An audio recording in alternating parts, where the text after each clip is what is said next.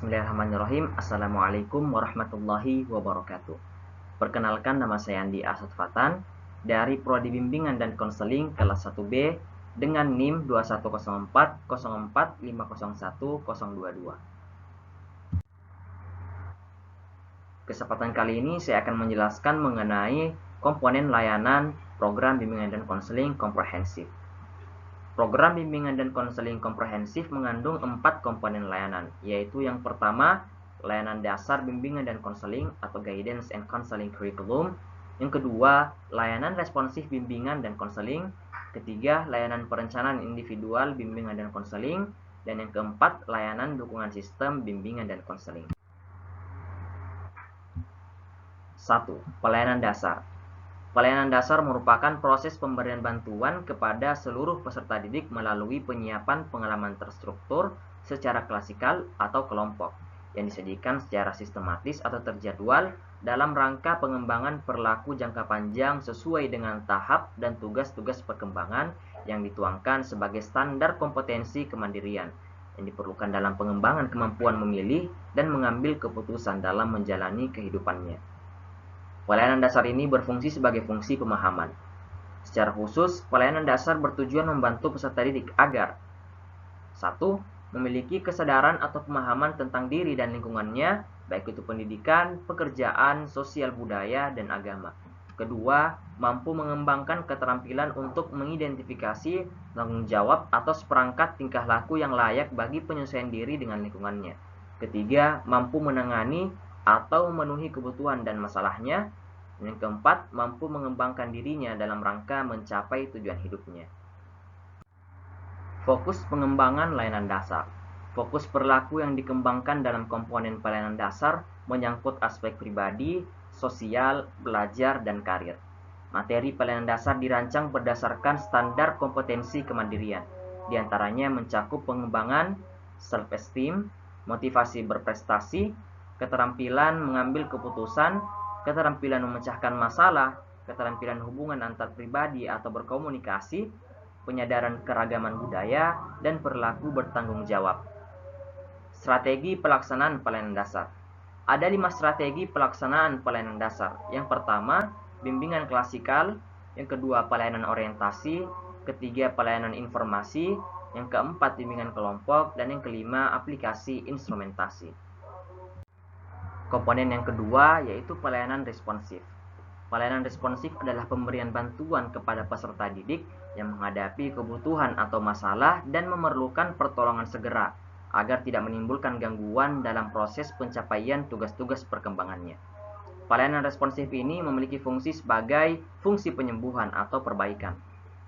Tujuan pelayanan responsif adalah untuk membantu konseli agar dapat memenuhi kebutuhannya dan memecahkan masalah yang dialaminya atau membantu konseli yang mengalami hambatan, kegagalan dalam mencapai tugas-tugas perkembangannya.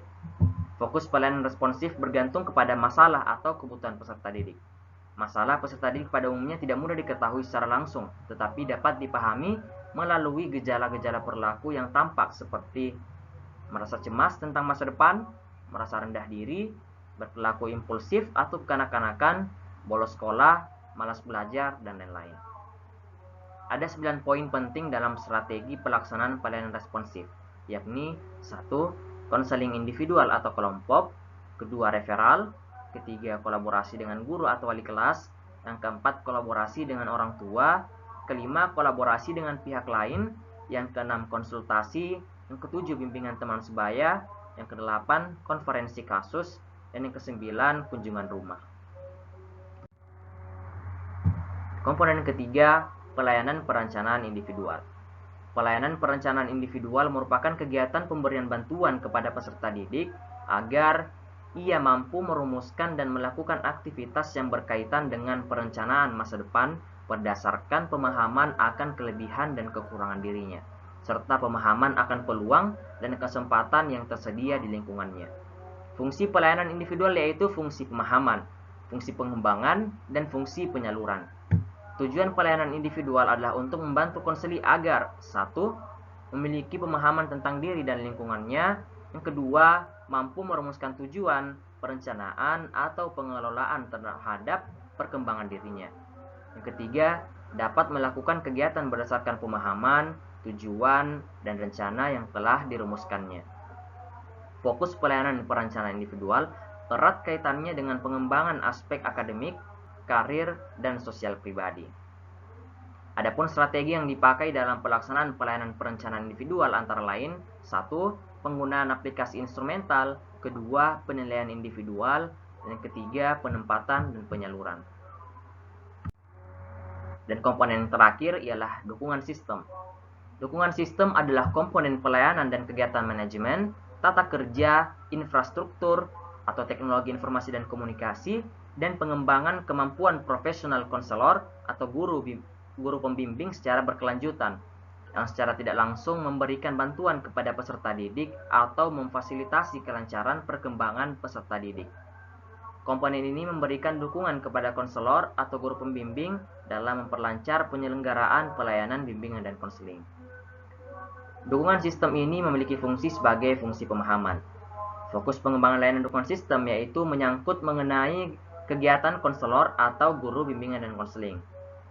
Adapun strategi pelaksanaan dukungan sistem ini meliputi aspek-aspek: 1. Pengembangan jejaring, 2. Kegiatan manajemen, yang ketiga, riset dan pengembangan. Mungkin hanya itu materi yang dapat saya sampaikan. Lebih dan kurangnya mohon dimaafkan. Wabillahi taufiq wal hidayah. Wassalamualaikum warahmatullahi wabarakatuh.